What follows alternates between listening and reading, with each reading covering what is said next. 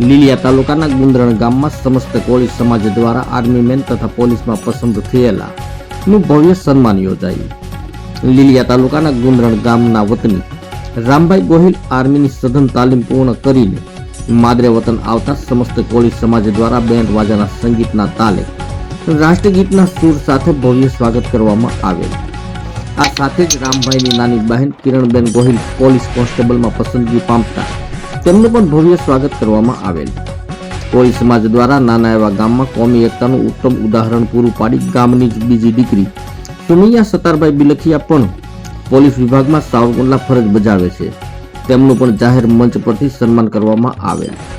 આ તકે સુમૈયાબેને જણાવ્યું કે ઘનશ્યામભાઈએ મને પોતાની દીકરી તરીકે સાચવીને તેમના ઘરે તાલીમ તથા આગળના અભ્યાસની તક પૂરી પાડી છે.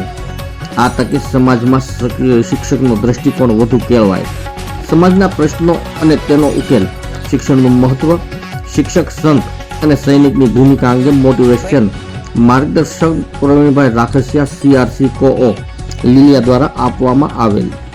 સમગ્ર કાર્યક્રમનું સુંદર આયોજન લીલિયા તાલુકા પંચાયતના સદસ્ય અલ્પેશભાઈ સોલંકી અને તેમની ટીમ દ્વારા પૂરું કરવામાં આવેલ હતું.